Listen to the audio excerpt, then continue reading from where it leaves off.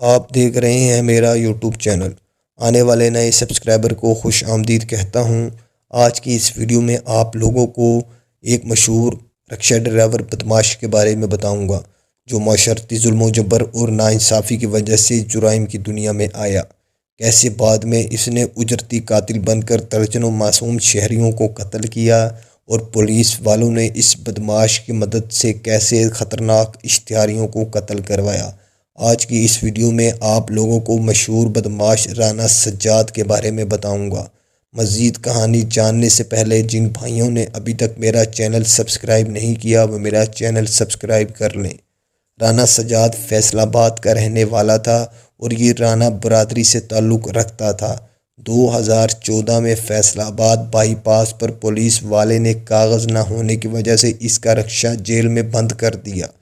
जब ये रिक्शा लेने गया और पुलिस ने इससे भारी रिश्वत मांगी, पैसे ना होने की वजह से इसने जेल के इंस्पेक्टर को रिश्वत ना दी। इसी रंजिश में इंस्पेक्टर ने इस पर मुकदमा दर्ज करके इसे जेल में बंद कर दिया। जेल में इसकी मुलाकात एक मशहूर इश्तिहारी शौकत जट से हुई, जो 6 कत्लों का मुजरिम था। कुछ दिन बाद शौकत जट अपनी सज़ा पूरी करने के बाद जेल से रिहा हो गया था, और बाद में शौकत जट ने अपना सियासी असर और रसूख इस्तेमाल करते हुए राना सज्जाद को भी जेल से निकलवा लिया। शौकत जट एक मजबूत और ज़माना बदनाम ग्रुप था। राना सज्जाद भी उसी ग्रुप में शामिल हो गया। राना सज्जाद ने इस सब इंस्पेक्टर सफदर भट्टी को कत्ल कर दिया था, जिसने इसका रक्षा बंद किया और इस पर झूठा मुकदमा दिया था। सफदर भट्टी इंस्पेक्टर के कत्ल के बाद इसने 3 मज़ीद सिपाहियों को भी फायरिंग करके शदीद ज़ख्मी कर दिया। पुलिस ने इस कत्ल और 3 ज़ख्मियों का मुकदमा राना सज्जाद पर दर्ज कर दिया, लेकिन राना सज्जाद पुलिस के हाथ ना आया और ये फरार हो गया था। मफरूरी का अरसा इसने शौकत जट के डेरे पर गुजारा। इसी मफरूरी के अरसे के दौरान राना सज्जाद शौकत जट ग्रुप के साथ मिलकर चोरियां डकैतियां करना शुरू हो गया। पुलिस ने इसके बाप राना खादिम और भाई राना आबिद को गिरफ्तार करके जेल में इन पर शदीद तशद्दुद किया, जिसके नतीजे में राना सज्जाद का बाप और भाई जेल में ही हलाक हो गए। दोस्तों, मैं आप लोगों को बताता चलूँ, ये सारी इन्फॉर्मेशन तफ्तीशी सलमान बुज़दार से ली गई है, जो इस केस का तफ्तीशी था। इन्फॉर्मेशन के मुताबिक राना सज्जाद ने बाप और भाई का बदला लेने के लिए उसी थाने के SHO अरशद शहीद को थाने के अंदर घुसकर फायरिंग करके कत्ल कर दिया था। जब पुलिस के मौजूद 2 नौजवानों ने राना सज्जाद पर फायरिंग की और राना सज्जाद ने उन पर जवाबी फायरिंग की, इस फायरिंग के नतीजे में वो दोनों पुलिस एहलकार भी कत्ल हो गए। इन 5 कत्लों के बाद अखबारों में आए रोज़ राना सज्जाद के बारे में ख़बरें छपना शुरू हो गई। कहा जाता है ये पुलिस से शदीद नफ़रत करने लग गया था। जहां भी इससे मौका मिलता ये बिला वजह पुलिस वालों पर फायरिंग कर देता। इसने तकरीबन 17 पुलिस वालों के अलावा 27 आम लोगों को भी कत्ल किया था, जिनमें मशहूर इश्तिहारी और कब्ज़ा ग्रुपों के लोग शामिल थे। शौकत जट ग्रुप का ये अहम रुकन बन गया। शौकत जट की दुश्मनी सियालकोट के भट्ट ग्रुप से चल रही थी। भट्ट ग्रुप भी सियालकोट का एक मजबूत सियासी और कब्ज़ा ग्रुप था। भट्ट ग्रुप ने 2015 के आखिर में शौकत जट को कत्ल कर दिया। इसके कत्ल के बाद ग्रुप के लोगों ने राना सज्जाद को दिलेर होने की वजह से ग्रुप का सरबराह बना दिया। बाद में राना सज्जाद ने अपने साथियों के साथ मिलकर भट्ट ग्रुप से बदला लिया। इसने भट्ट ग्रुप के 5 लोगों को कत्ल करके शौकत जट का बदला लिया। भट्ट ग्रुप को सियालकोट के उस वक्त के वफाकी वज़ीर ख्वाजा आसिफ सपोर्ट कर रहे थे। ख्वाजा आसिफ ने भट्ट ग्रुप से मजबूत ताल्लुकात की वजह से इनकी पुष्टपनाही की और पुलिस ने भट्ट ग्रुप के लिए किसी किस्म की मुश्किलात पैदा न की। ख्वाजा आसिफ ने राना सज्जाद ग्रुप और भट्ट ग्रुप के दरमियान सुलह भी करवाई।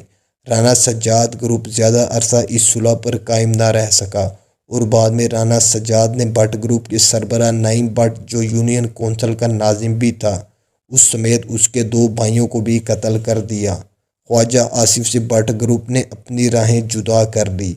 भट्ट ग्रुप का शिकवा था कि ख्वाजा आसिफ के कहने पर उन्होंने राना सज्जाद ग्रुप से सुलह की थी।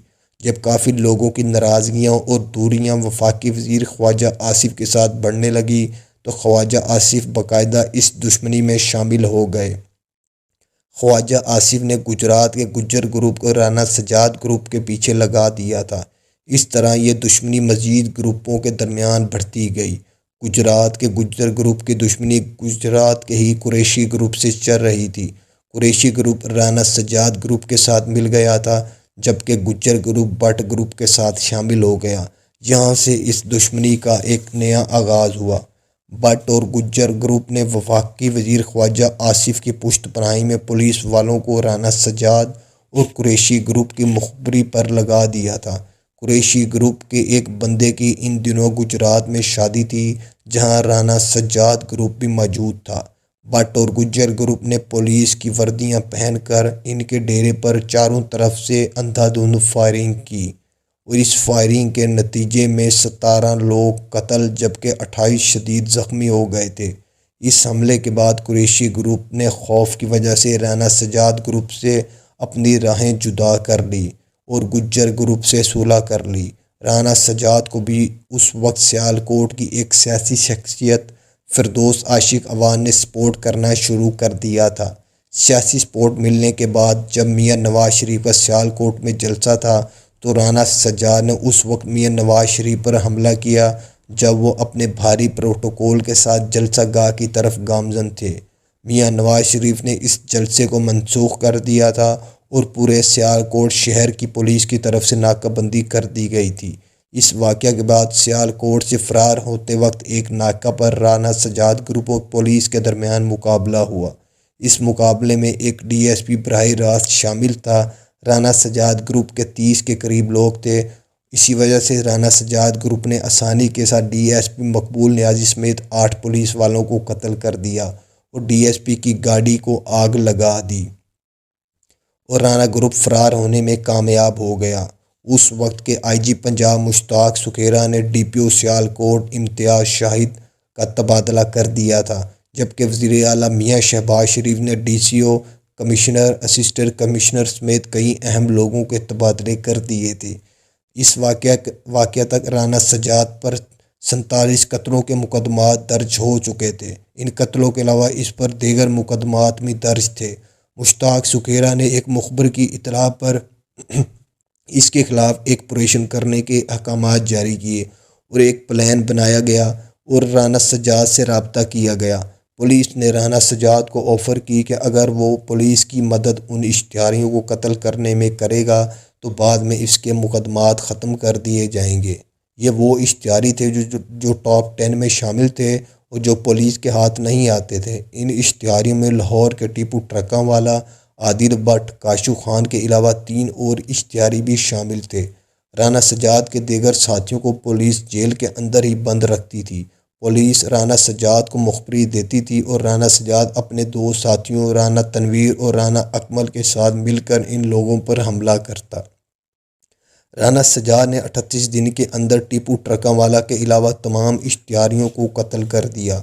इसने लाहौर शहर में जब टीपू ट्रकांवाला पर हमला किया तो उस वक्त टीपू ट्रकांवाला मफरूर था और वह दुबई जा चुका था, जिसकी खबर पुलिस को ना थी। पुलिस ने कुछ दिन तक उसे जेल में रखा और बाद में राना सज्जाद और उसके दीगर साथियों को जाली पुलिस मुकाबले में मार दिया था। राना सज्जाद को जब पुलिस ने कत्ल किया था तो तब इसका बेटा लाहौर की एक जेल में चोरी की सज़ा काट रहा था।